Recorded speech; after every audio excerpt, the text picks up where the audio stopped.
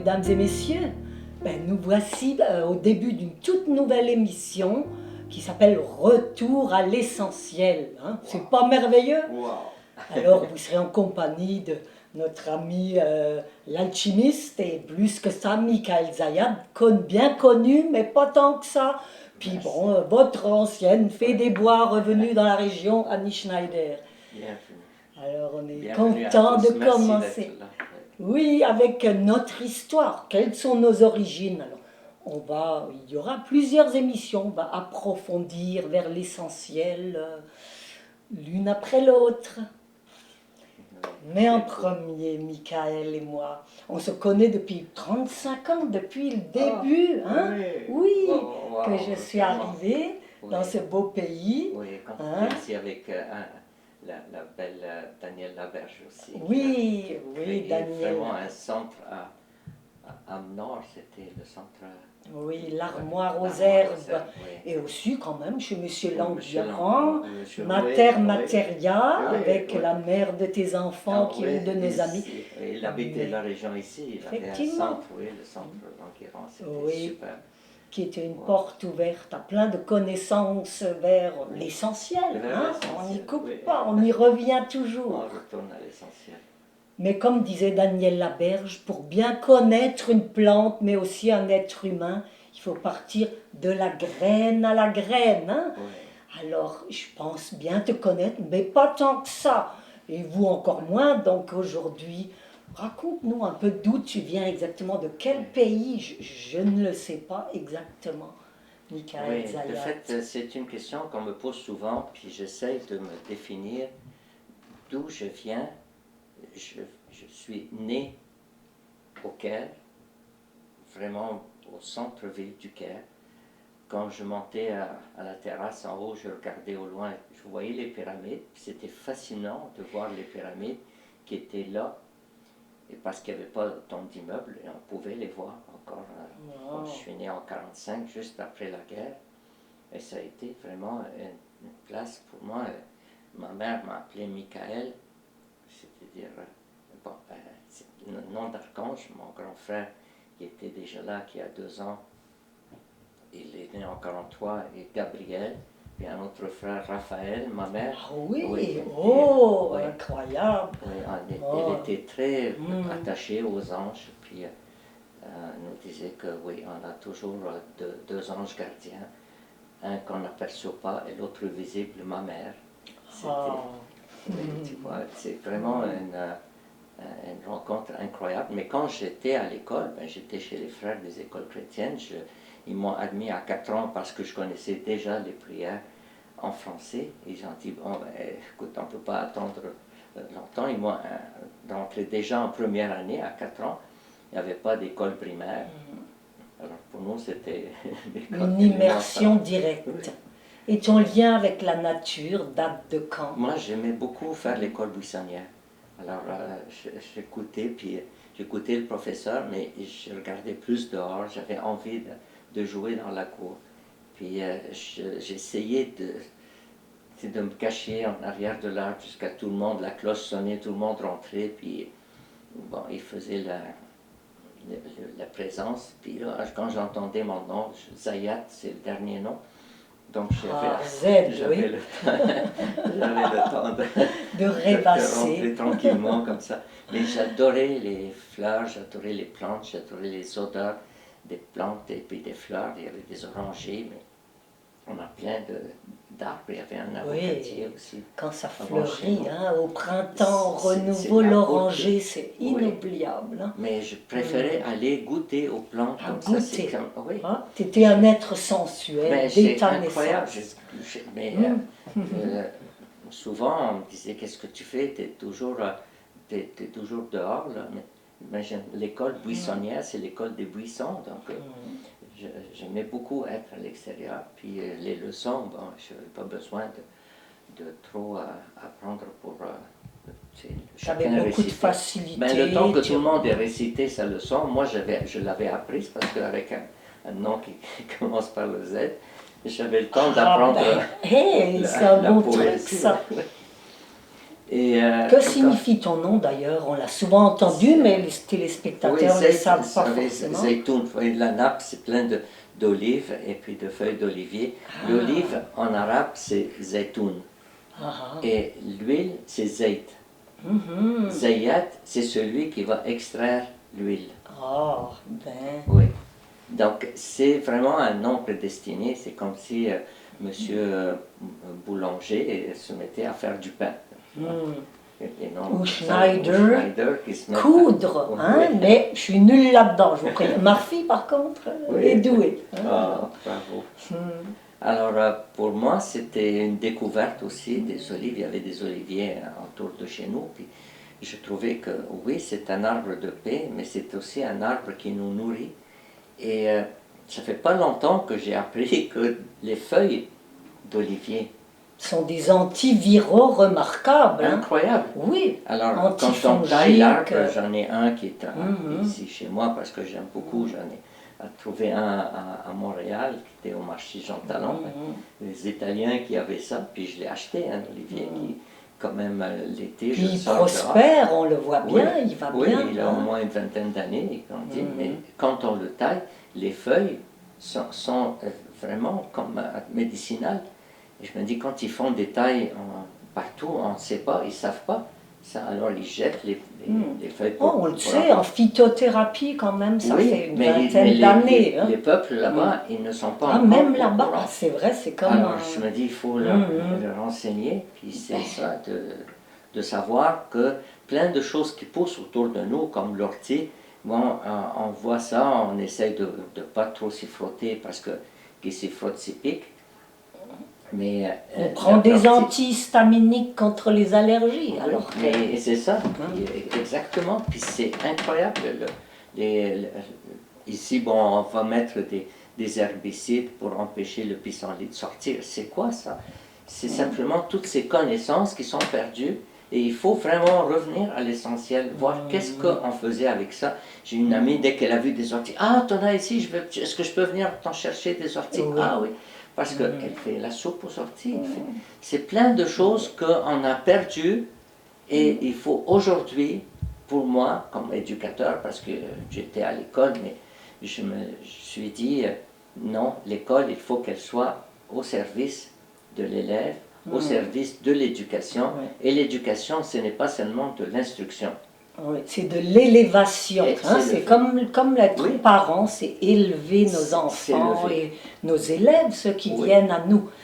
Mais revenons à toi, parce qu'on va reparler de phytothérapie, d'aromathérapie, d'écologie aussi, qui sont des thèmes. Oui, mais tu m'as posé le nom de mon nom, c'est mon nom, c'est l'origine. D'accord. Alors, nous, on vient de la Syrie. Oui, on est tous fait pareil, donc on vient de la Syrie. On est tous, des bio en tranches. Oui, on est fait en Syrie. Et puis, mais tu es né au Caire, donc je suis né au Caire, mais les parents, ils ont fui la Syrie parce qu'il y avait des guerres.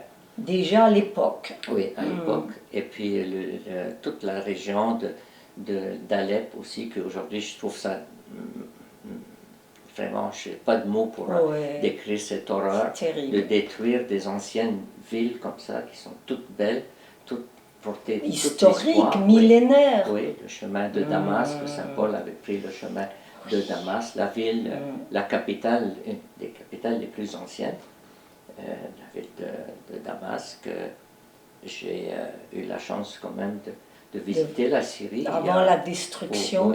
Oui. Mais bon, j'ai étudié jusqu'à faire mon école, tout mon secondaire chez les frères, et j'ai fait des études universitaires en économie, sociologie, psychologie. Je ne voulais pas me spécialiser, j'aime pas ça être trop dans une oui, bien sûr, c'est trop monolithique. Oui, alors j'ai étudié, après il y avait une université américaine au Caire, j'ai étudié l'anthropologie, et j'ai trouvé que, bon, travailleur social c'est intéressant, mais c'est bien faire réparer des erreurs. Tes propres blessures. Oui, et puis la psychologie aussi. Mais ce qui est important, c'est de se diriger vers l'éducation. Alors, j'ai étudié en éducation. Je suis venu ici pour faire un doctorat en éducation à l'Université d'Ottawa. Et j'ai terminé toute ma scolarité et j'ai commencé à faire ma thèse sur le pourquoi éduquer, c'est quoi éduquer. Oh, et mon professeur, oui, c'est quoi l'éducation?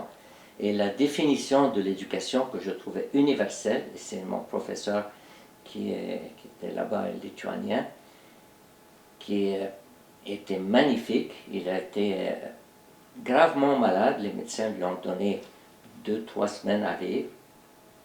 Et puis, il a dit non, moi, je n'ai pas fini mon travail. Il est retourné et il s'est soigné tout seul. J'ai dit, qu'est-ce que tu as fait? Comment tu as fait pour te soigner? Il dit, ben, j'ai décidé de vivre. C'était sa grande décision. Je n'ai pas fini ce que j'avais à faire. Et il est retourné enseigner.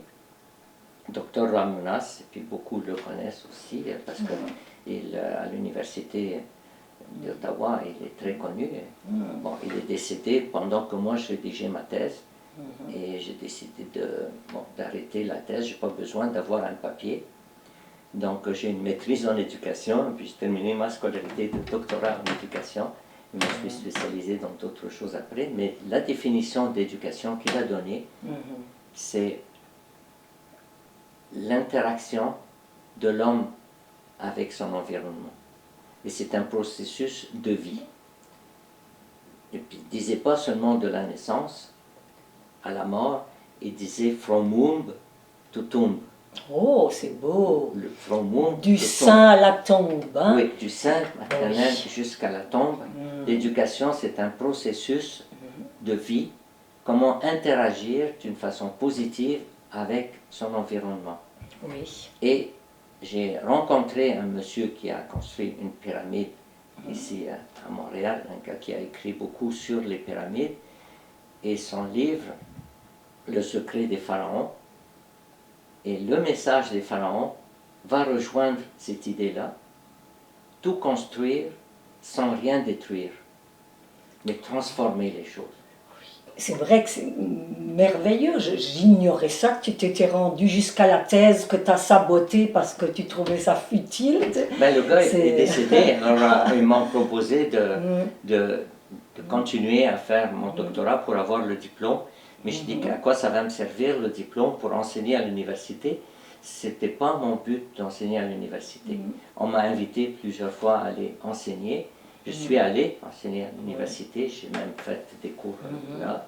Mais pour moi, c'était de œuvrer plutôt que travailler, parce que pour moi, travailler, c'est s'écarter. Je voulais me consacrer à l'éducation, mais à tous les âges. Alors, j'ai enseigné dès la maternelle, j'ai donné des cours aux écoles primaires, secondaires. Et ce qui m'a vraiment intrigué, c'est quoi faire avec l'enfance inadaptée. Alors, je suis retourné à l'université faire un bac en orthopédagogie pour me spécialiser à l'éducation à l'enfance inadaptée. Et là, dans le temps, je travaillais à Hall, dans une école d'enfants inadaptés. Et je trouvais que c'était très libre. Il laissait les professeurs avec beaucoup plus de liberté. Que dans le système conventionnel académique. Oui. Alors, chaque enfant, pour moi, était une présence, était un être important. Et à la fin de l'année, un bon nombre de ces enfants, sur des classes d'une vingtaine, il y avait au moins 15 qui rejoignaient le système régulier. Parce qu'ils avaient manqué la base. S'ils n'ont pas appris les bases du calcul au primaire, ils arrivent au secondaire et détestent les mathématiques. Mais si on prend le temps de régler les principes de base de la langue, le monsieur il dit, monsieur, il me dit, moi je ne peux pas résoudre le problème, je ne sais pas lire, je ne comprends pas quand je lis, j'ai manqué la lecture. Je dis, on va commencer à apprendre à lire. Avec le B à bas, Oui, avoir B à des bas. bonnes balises. Oui, et puis sinon beaucoup, c'est des verras. immigrants, c'est des enfants de Oui. Portugais, des enfants d'étrangers qui n'ont pas appris la langue. Ils sont arrivés ici à 10, 11, 12 ans et puis ils ont été à l'école à cause de l'âge. On les met dans une classe avec les autres. Et puis il est là, il écoute, il regarde, mais il n'arrive pas à apprendre. Oui. Et puis d'autres enfants, ils viennent de milieux vraiment très très défavorisés. Dans la région là-bas, il y avait des cas vraiment assez défavorisés, pas seulement monétairement, mais aussi psychologiquement, la famille. Et ça n'était pas là. continue avec les Oui. réfugiés et la Oui. population d'immigrés qui Oui. augmente. Puis c'est tant mieux, ça crée une autre Et dynamique. il faut vraiment œuvrer que chaque enfant se sente vraiment important et qu'il ait sa place.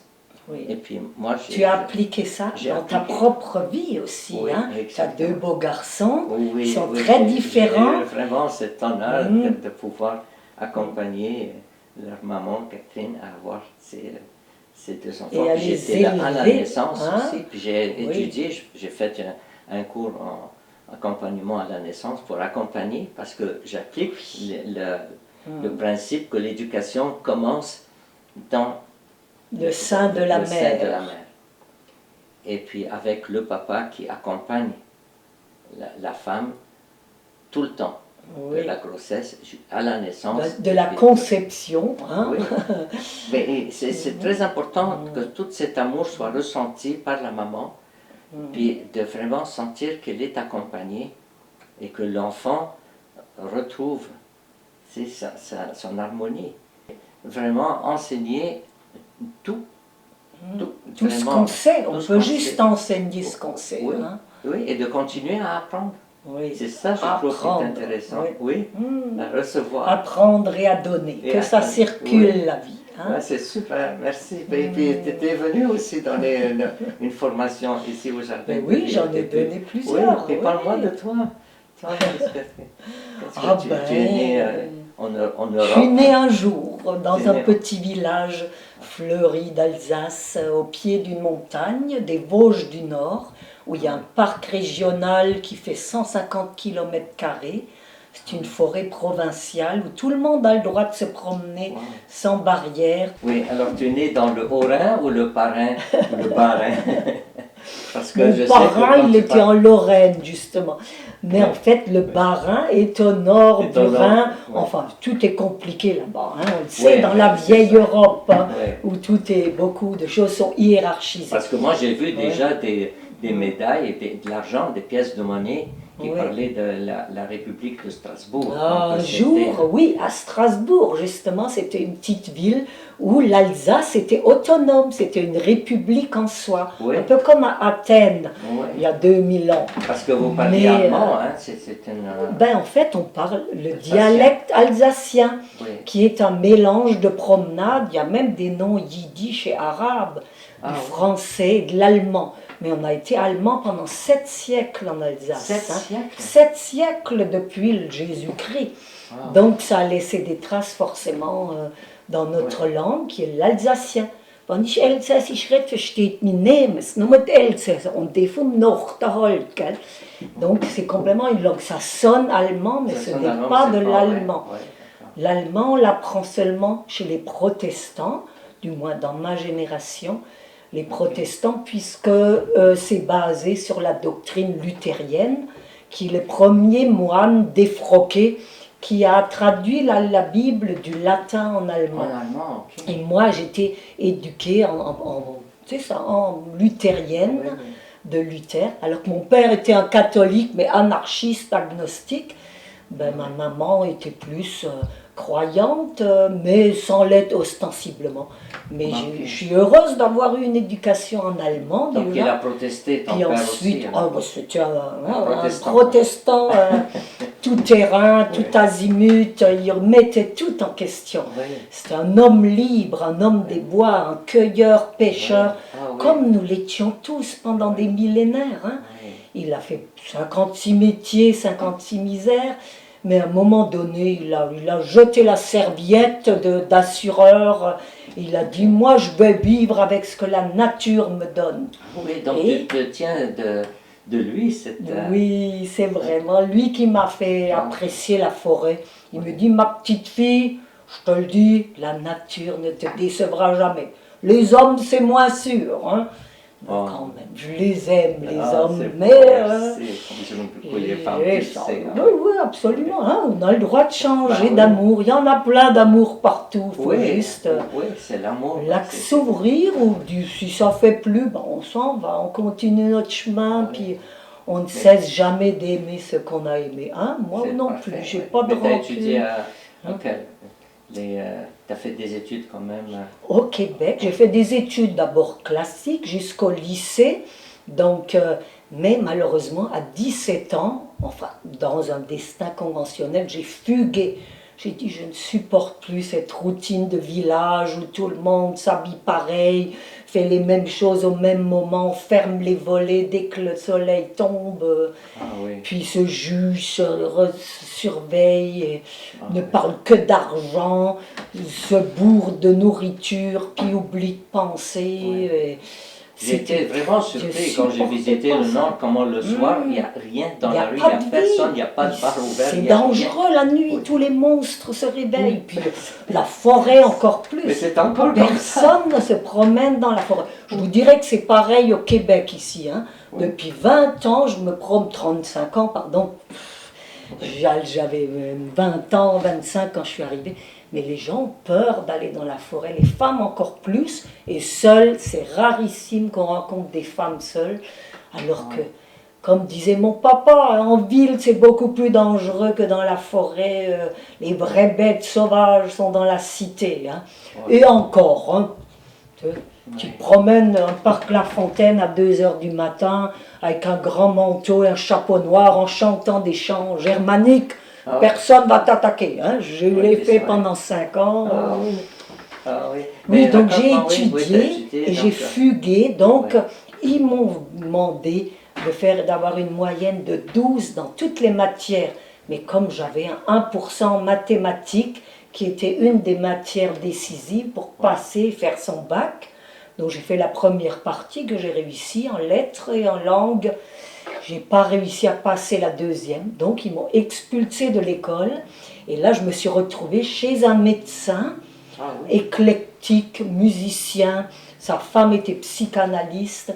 Et je me suis retrouvée dans un giron de culture bilingue. Elle était britannique, donc j'ai appris l'anglais comme ça, en les écoutant parler, et j'ai lu des milliers de livres, alors que chez nous, il y avait juste la Bible en gothique et des bandes dessinées de héros belges. Et donc, voilà, j'ai passé 10 ans dans cette famille merveilleuse avec qui je suis encore en lien. Et j'ai fait le tour de l'Europe parce que j'avais 4 mois de vacances. Hein, il y a beaucoup plus de congés payés qu'ici. 4 mois, non. Non, mais en tout, si tu raboutes les 2 mois et demi de vacances scolaires, Pâques, Noël, la Toussaint, tu sais, il y a beaucoup plus de congés en France. Du moins, vive les syndicats quand même, et la Révolution française qui nous a laissé ça. Donc je voyageais beaucoup dans tous les pays d'Europe. Et c'est comme ça que j'ai fait le tour de la vieille Europe. J'ai dit, oh, ça se ressent beaucoup partout. On est vraiment étriqué dans les traditions, la hiérarchie, les préjugés, le snobisme, combien tu gagnes, combien tu vaux, qu'est-ce que tu portes, est-ce que tu es marié. Puis moi aussi, j'ai toujours été une marginale, une femme sauvage comme mon padre. Alors, c'est comme ça que j'ai décidé d'aller explorer le nouveau monde et que je me suis retrouvée au Québec à 26 ans.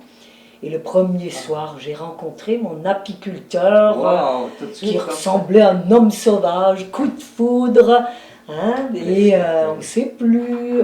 Et voilà, c'est comme ça que j'ai eu assez tard quand même un beau grand garçon que tu connais, Émile, un ami de ton grand Éloï.